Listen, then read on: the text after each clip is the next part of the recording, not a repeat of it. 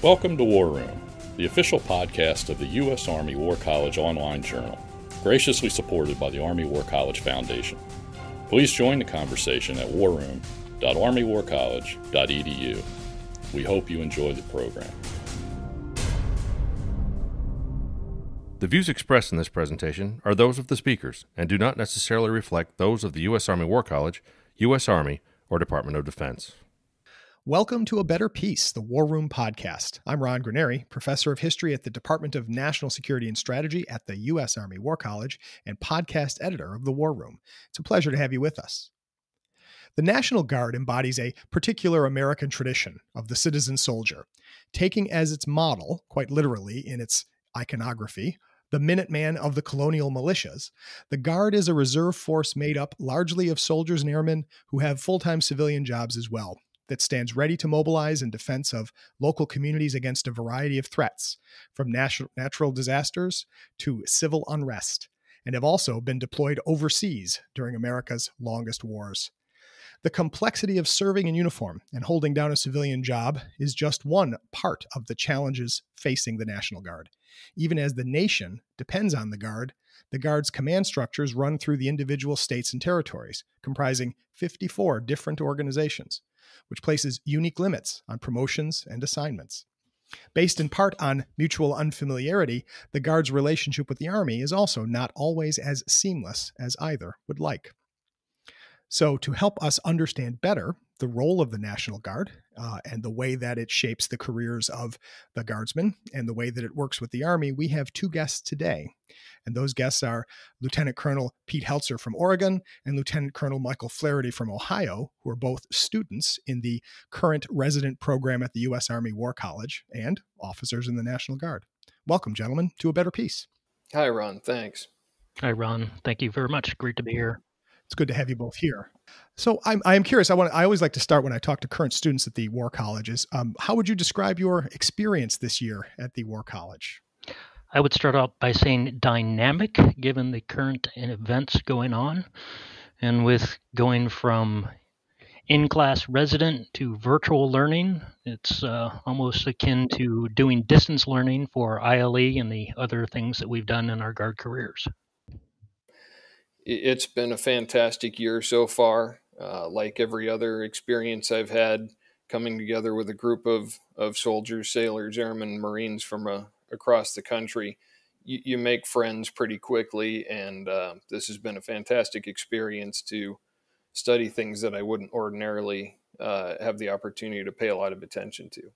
That's really good. I have to say, I guess I should say for our audiences, this is the first recording of A Better Peace that has been done under the new conditions of the coronavirus. And so for a change, all three of us are in different, secure, separate locations, maintaining our social distance from each other, which has made for a very interesting year for the War College, especially for the resident program, where we're not all currently resident in Carlisle. But that being said, I am curious then for the two of you, as Guard officers in the resident program, right? You get to meet your counterparts in other branches and also in the Army and even in the other services.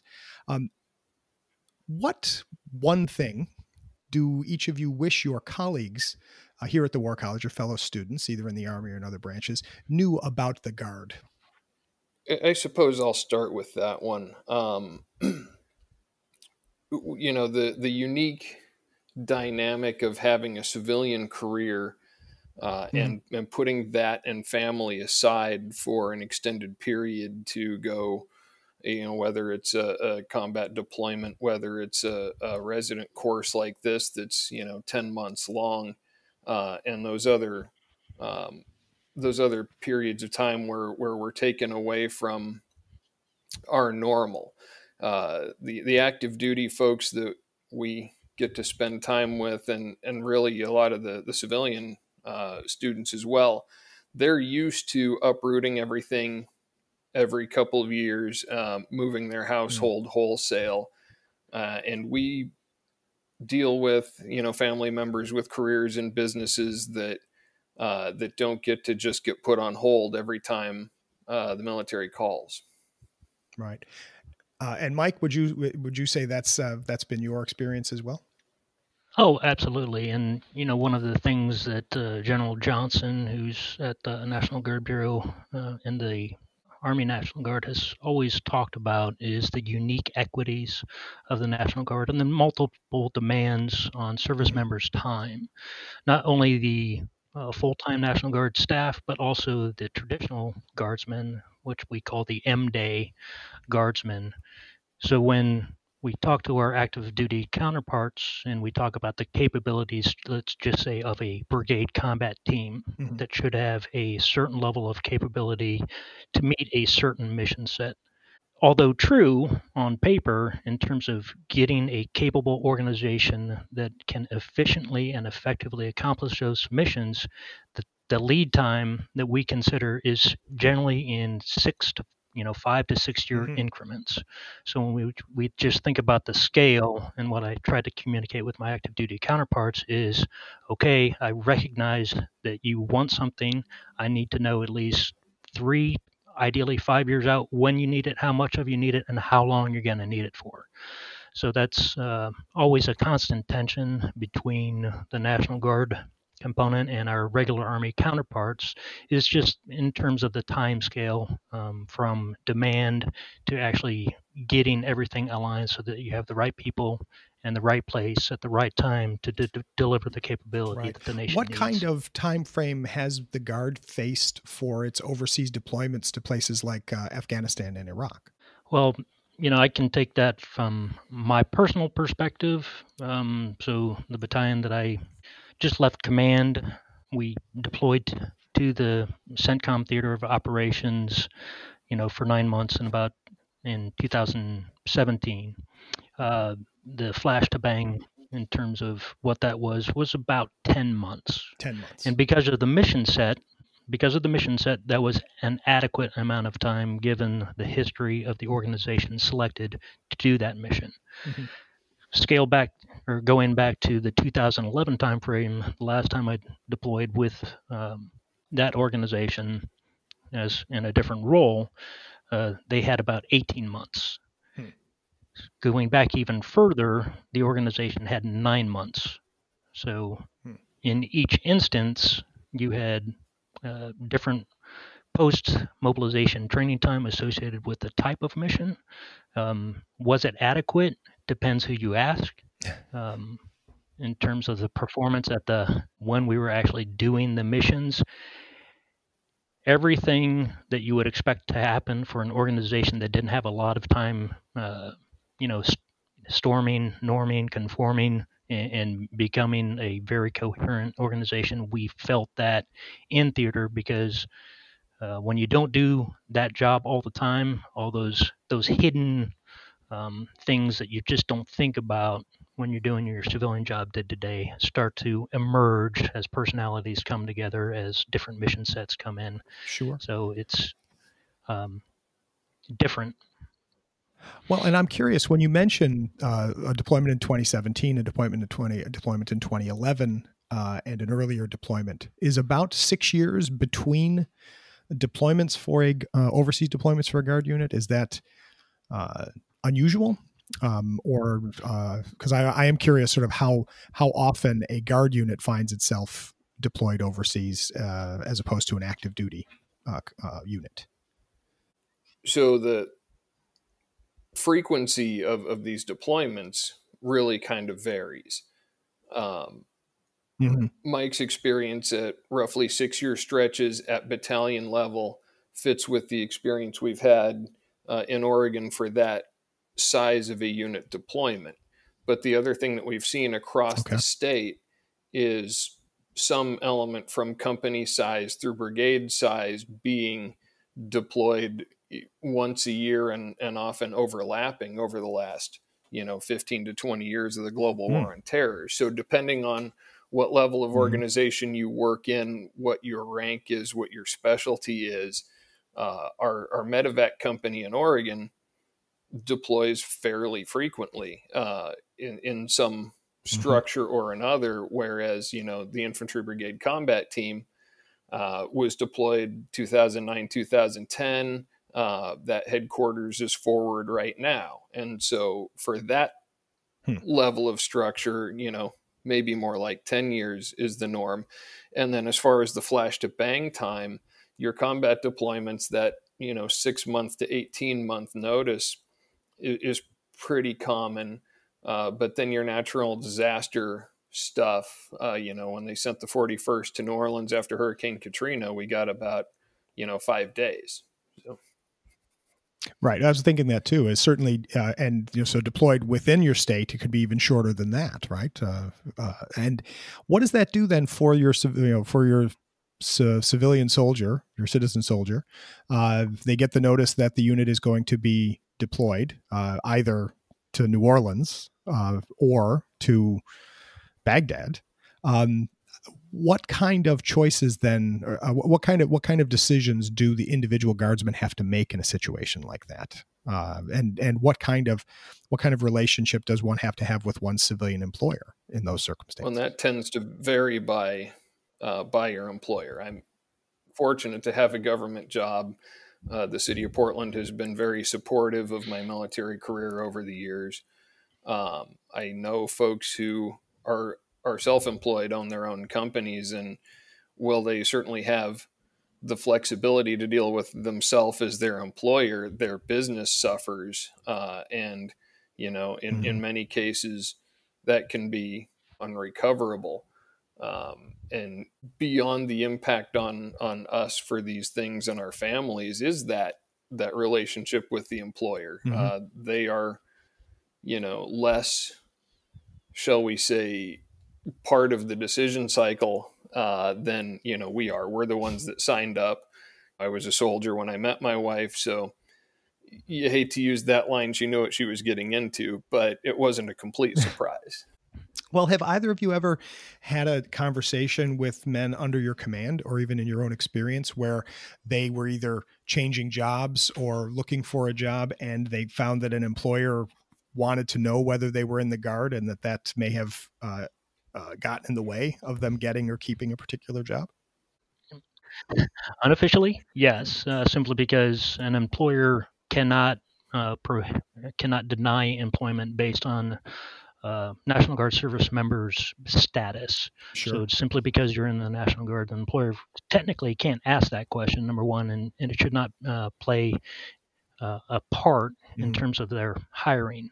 Reality is that, and less so today, now that the demand for Army forces around the world don't dip into the National Guard as much as it was during the surge in 2008, 2009. Right.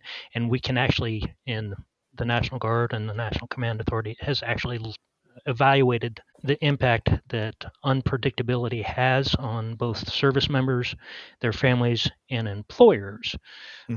So as we in Ohio, and I, had spent some time in the National Guard in Pennsylvania, those leaders of the National Guard and the respective governor's offices do a great amount of work in trying to work with employers to ensure that they understand the demands on the service members' lives, how that might impact their availability for their employment and criticality, depending on the role that they perform at their job. And then, part of it goes back to the individual service member in their commitment to being an actual professional member of the military organization versus what they need to do to continue to progress in their company or the business that they serve. So there's a constant tension between, service member, family, and employer, and then the personal goals of the individual service member. Right. And that gets to that question of promotion and advancement within the Guard as well. I think we spoke before we recorded, and that one of the challenges right in the Guard is that your path to promotion can be limited by the size of the National Guard in your state. And is it possible for how exactly does that change the career path that someone can choose to have within the Guard, depending on the state they're in and the specialty of the units that they're assigned to in the Guard? It goes back to perspective. I'm I think Pete and I are both kind of fortunate that we have Brigade Combat Team headquarters and rather large National Guard organizations. Ohio is number 4 in the country in terms of the size of the National Guard. So, you've got California, Texas, Pennsylvania, Ohio. It's the top 4 in terms of size. So there is greater flexibility depending on their military occupation and specialty, as opposed, but even within a state as big as Ohio, we do have some specialized units, our chemical battalion, and the single chemical company that we have in the state. So that pyramid in terms of non-commissioned officers and officers gets very, very steep in terms of, past the company grade, the lieutenants and captains, or the field grade, the majors, lieutenant colonels, it becomes very steep. So when you have a very high performing leader and soldier that is looking for additional opportunities to do something within the National Guard at a higher level of responsibility, they have to make a decision to potentially change their branch if they're an officer or warrant officer, or change their occupational specialty. And then that's why you may see National Guard service members with up to 6 or 7 occupational specialties for the Army or the Air Force Specialty Code, the AFSC, in the Air National Guard. Interesting. And it is not, actually I should rephrase the question. Is it possible for a member of the Guard to, if a member of the Guard moves from state to state, say in civilian life, does one take one's rank with one from Texas to Oregon to Ohio? Or does that get more complicated in the Guard than it would in the Army? The short answer to that is yes. We all have reserve commissions in the United States Army or Air Force, as the case may be. And so our rank is federally recognized. When we're activated, Mike and I have the same status as a lieutenant colonel right now than any active component officer that we're in seminar with. And so that part will stay with you should you need to move from state to state. Your service record goes with you as well, where you, how do I want to phrase this? Where you may face some challenges is in the relationship aspect of things. The Guard, being community-based, tends to not have as much flux with people moving in and out. And so where in an active duty unit, everybody's a stranger when they first show up, within the Guard, you tend to be more of a known quantity within your state. And so somebody coming from, Washington, Idaho, California, New York, DC, to the Oregon Guard, they're going to need to establish some relationships and have their work product, work ethic, etc., become a known quantity in order to be more competitive for, positions, desired positions or advancement. Well, and while we're talking about relationships, so how have both of you seen the relationship between the Guard and your personal experience and Big Army when you're either when you're at the War College or in your practical in your professional life up to now? What's that relationship like?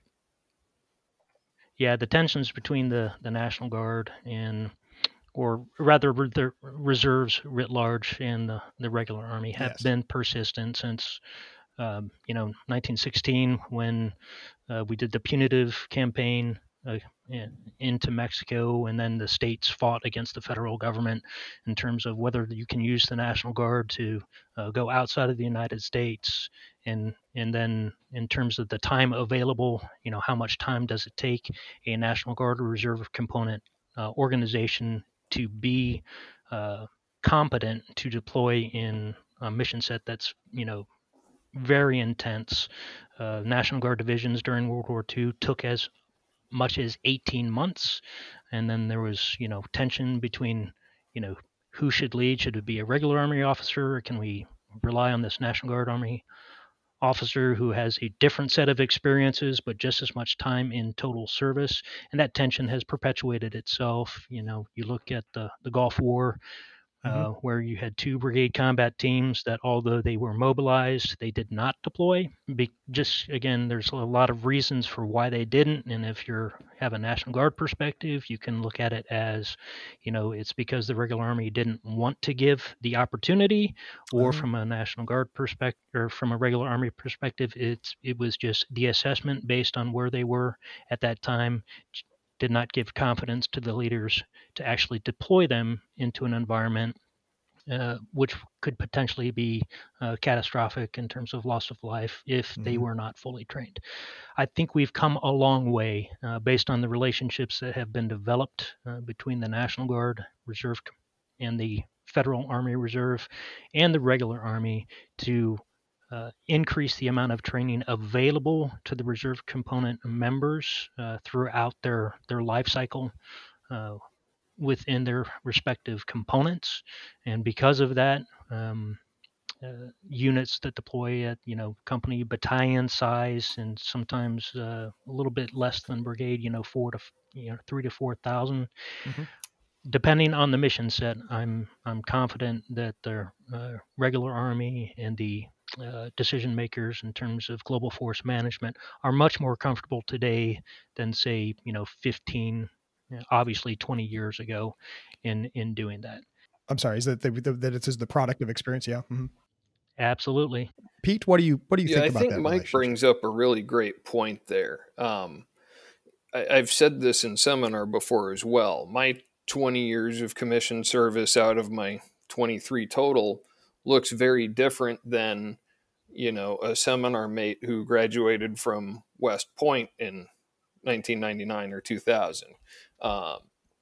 They have got a lot more reps doing the combat stuff, doing, that federal mission, that, the mission essential task list stuff. Whereas they have not, by and large, gone and coordinated response with civil authorities to floods, forest fires.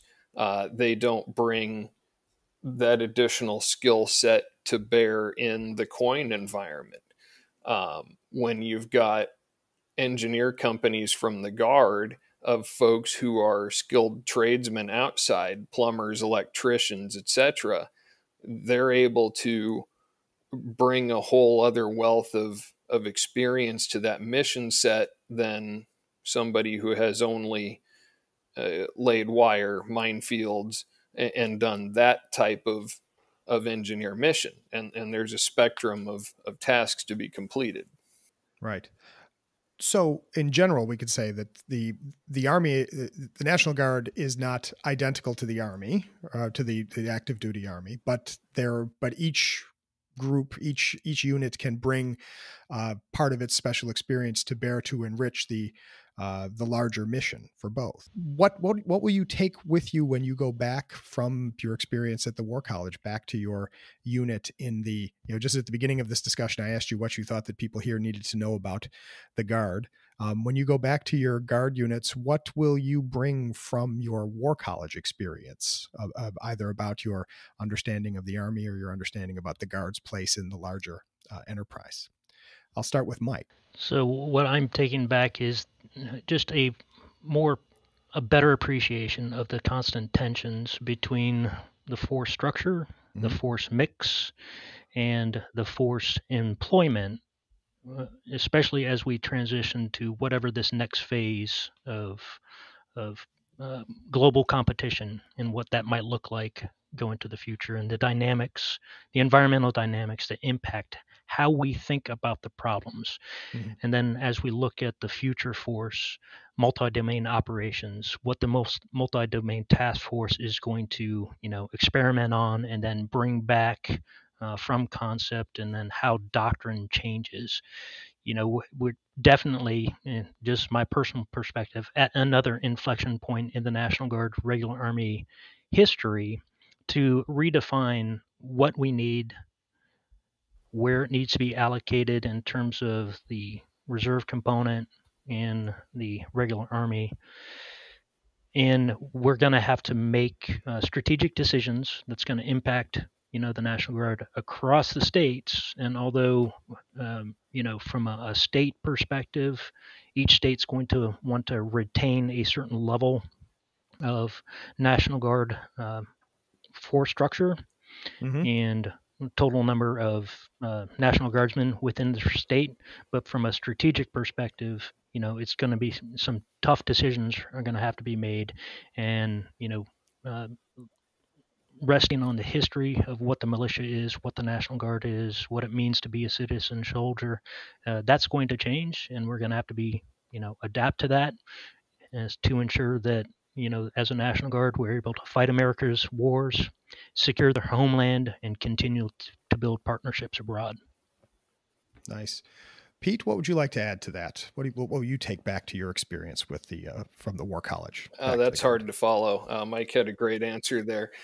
For those of us in the Guard, aside from the relatively small number that work at National Guard Bureau and the Pentagon, most of us are familiar operating at division level and below, and even more prevalent than that is brigade and below.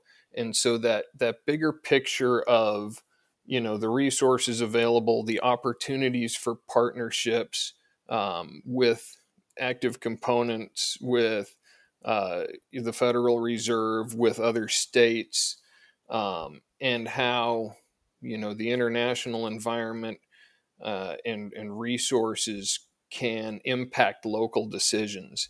And just try to have that larger strategic view of things. Great. Well, gentlemen, I have to say I've really enjoyed having you in here for this conversation, our first completely remote conversation here on A Better Peace. There's a lot to consider about the relationship between citizens and soldiers, and citizen soldiers and soldiers.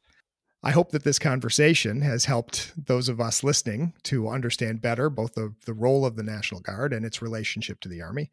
I definitely want to thank Lieutenant Colonel Peter Helzer and Lieutenant Colonel Michael Flaherty for joining us today on A Better Peace. Thanks, gentlemen. Ron. And thanks to all of you for listening in. Please send us your comments on this program and all the programs, and send us suggestions for future ideas. We're always interested to hear from you at our website. And until next time, from the War Room, I'm Ron Granieri. If you've enjoyed this podcast and want to hear even more great content, subscribe to A Better Peace, the War Room Podcast, at iTunes, Google Play, or your favorite subscription service. And that concludes our program. Thank you for listening. The views expressed in this podcast reflect those of the speakers and do not necessarily reflect the views, policies, or positions of the U.S. Army or the Department of Defense. Let us know what you think.